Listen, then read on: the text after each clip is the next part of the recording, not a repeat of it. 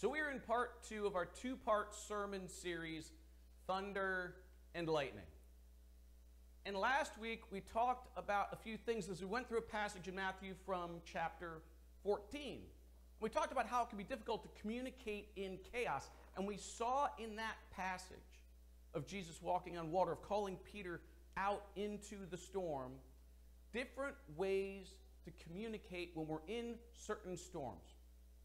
The first was the personal storm. When we are going through an intensely personal storm and we just don't have any strength left. We've given all that we could. And we saw that when Jesus did that Jesus himself needed rest.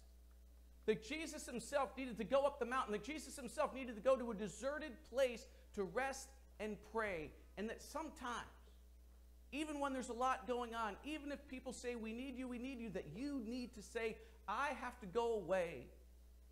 I need to go up a mountain. I need to go to a deserted place and pray and be with God or be with nature or be wherever you need to be.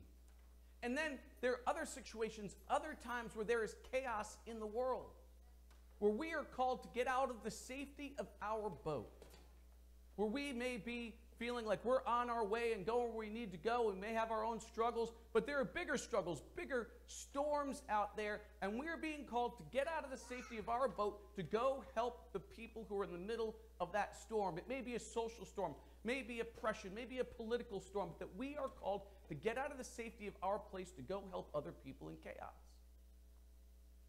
And then there's a time when someone is going through an intensely personal, difficult time.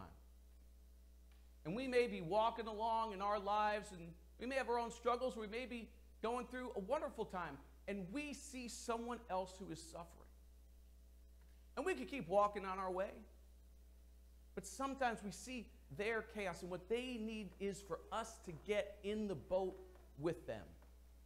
For us to get in the boat with them, not to have the ability to cure everything they have going wrong with them, not to say, I know exactly how to fix your issue, but to say in the communication, in their chaos, that you are not alone.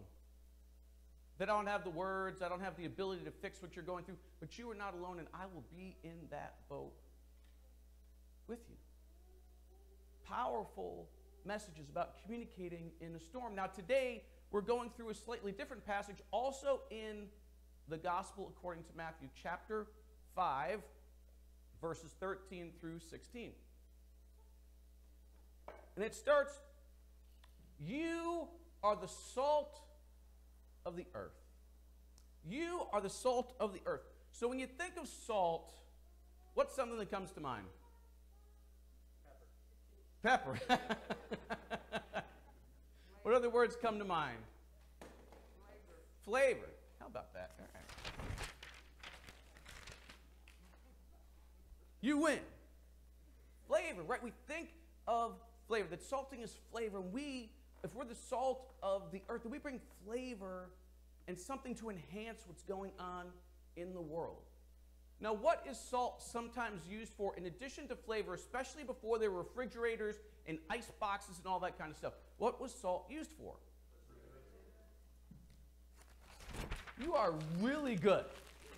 You're all really, really good. Right? There were wars. There were wars fought over salt because it was so important. Couldn't just go down to Geisler's or Stop and Shop or somewhere else and just go grab a thing of salt. Whether it's Morton's or some kind of like really esoteric, cool, special kind of salt that might even have some different flavorings in it.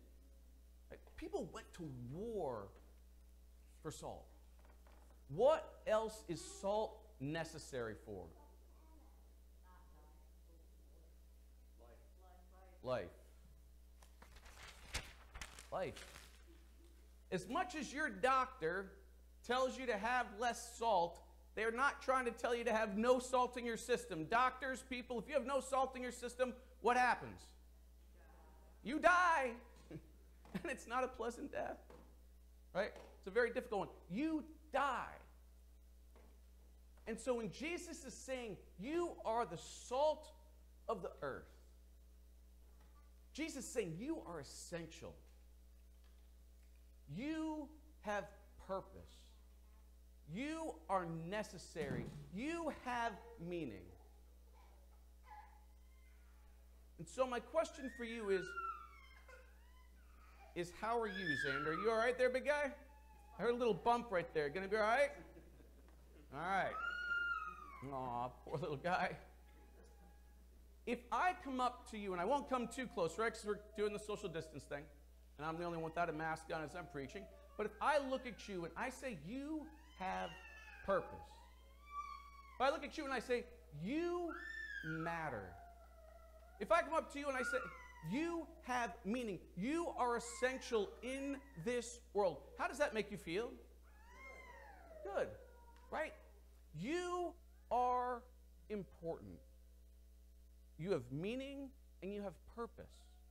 And that is what Jesus is trying to say in that one statement alone. But the thing is, not everybody wants you to think that. Not everybody wants individuals to feel powerful. Sometimes Scripture is used to make people feel less powerful. And sometimes it happens in other subtle ways. I have a question for you. When there is a storm, there's all kinds of thunder and lightning, or there is a hurricane, and all of a sudden your television doesn't work. All of a sudden your refrigerator doesn't work. And all of a sudden the other things in your house don't work. What do you usually say? You lost what? Don't do it to me. You're a cheater. So it's from Bible study. You already know the answer. So a lot of people say, we lost power. Now, Linda and Garrett wince, and they're wincing now because they know what I'm about to say, because I say this all the time, and I happen to think this is important. I think words matter, and I think these kind of things matter. When we have these things happen, we lose electricity. We don't lose power. When we lose electricity, we don't lose power. Now, some people may shake their heads and say, oh, that's a silly point. It's important. Because the power that we have is given by God. It may be inconvenient. For some people, I'm not saying getting rid of electricity isn't a bad thing. Right? It can be dangerous for people to have the electricity go out. I'm not saying having the electricity go out isn't a big deal. I'm just saying this. Electricity is not power. But a lot of people want to convince you that if there's no electricity, that you have lost your power, so that you are dependent. It is intentional that the companies are called power companies, but that they call themselves the power companies. There are other examples of this in society where people try to convince you that without them, you are powerless. And it's simply not the case. Electricity is not power. So then we go farther into the Scripture, and then Jesus says, you are the light of the world. In case you forgot my point earlier, a sentence ago. Right? Jesus is basically saying something very similar to emphasize what he said in the first place, right? You are the salt of the earth. You are the light of the world. And what is light necessary for? I didn't even hide it this time. Right? It's all kinds of things, but light is almost always associated with something positive, but we cannot have life without light. Same thing. You are important. You have purpose. You have meaning. You are powerful. And then he goes on, he says, a city on a hill. I know it's not a very impressive hill, but this is a hill and this is a city. Just, you know. City on a hill cannot be hid. Right? If you're hiding a city, you don't put it on top of a hill. The reason to put a city on top of the hill is to be seen. It is the city's nature to be seen in this example. And then he goes on and says, if you have a light, if you have a candle and you light it, you don't hide it. You don't put it behind a curtain. You don't put a basket or a bowl over it. You take that light and you hold it up. I know half of you were thinking this might have actually been lit and I was jeopardizing putting this and setting this whole thing on fire. But I don't go that far. The idea is we don't take the light and then hide it. Why? Nobody can see it. It makes no sense, right? Sometimes we take Jesus really seriously. Like we should. We should take Jesus really seriously. But I want to give you an example of imagining when Jesus is talking or being in the story. Because he's talking to all these people, all these people on a mountain when he's talking to these people. It's part of the Sermon on the Mount, right? And he is with his disciples, and he is with hundreds and hundreds of other people who are curious about him.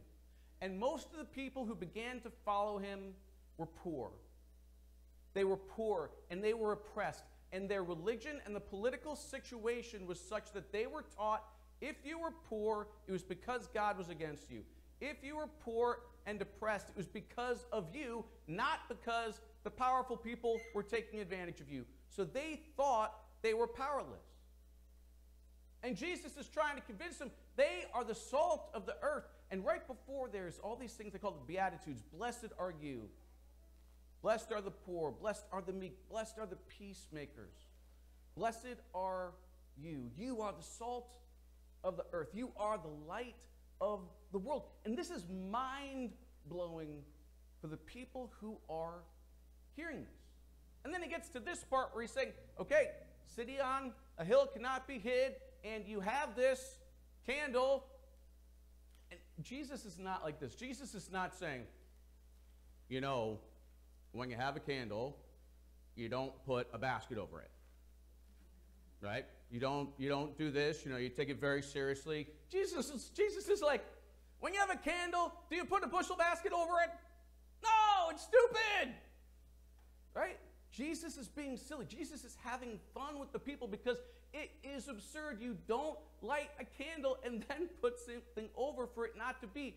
And his point is, it is our nature to shine. We are the light of the world. Our nature is to shine. Our nature is to be this light and to stand out and do that. That is our nature. To be powerful, to matter, to have purpose and meaning in this life. To a people who thought they couldn't have that. How many people, just from earlier when I said that to you, and people said, yeah, that felt good to hear, you have purpose, you have meaning, you have power. How many people in this world do you think need to hear that message? How many people are told they are worthless? How many people are told that they don't have power and therefore yield that power to other people who abuse the power when it's given to them? You are the salt of the earth. You are the light of the world. And in that same way, it is your nature to shine.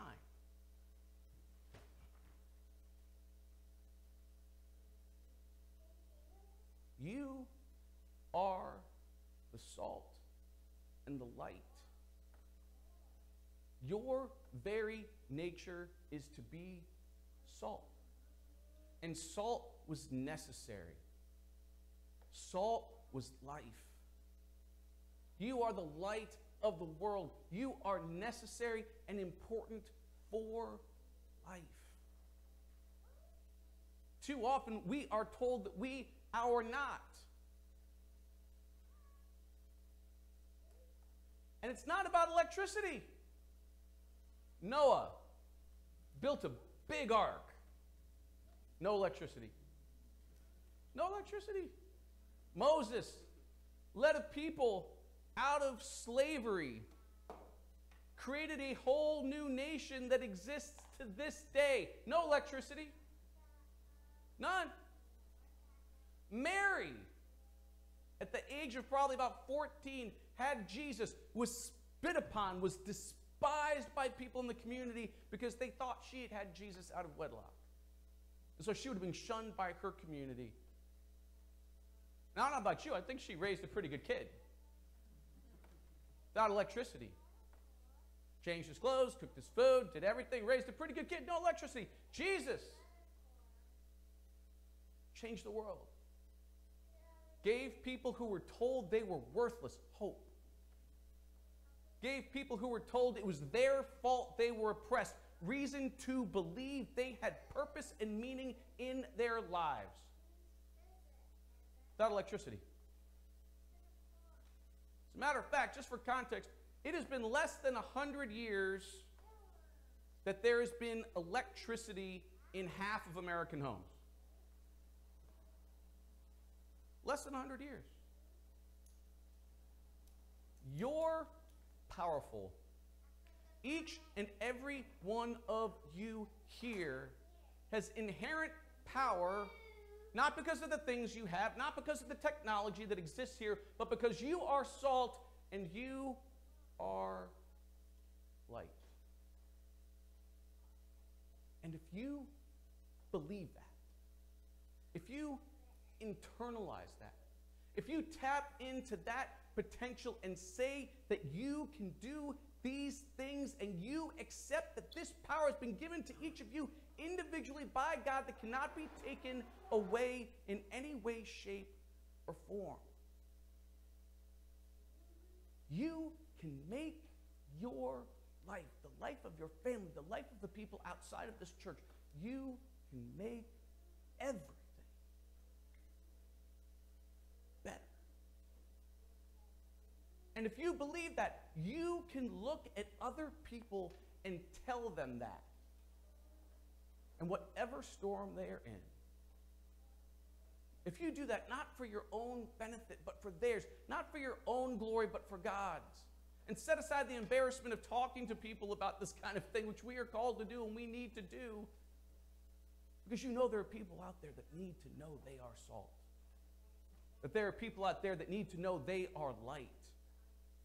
That there are people out there that need to know that their life matters. So be salt. Be light. And watch what happens. Because it'll be amazing.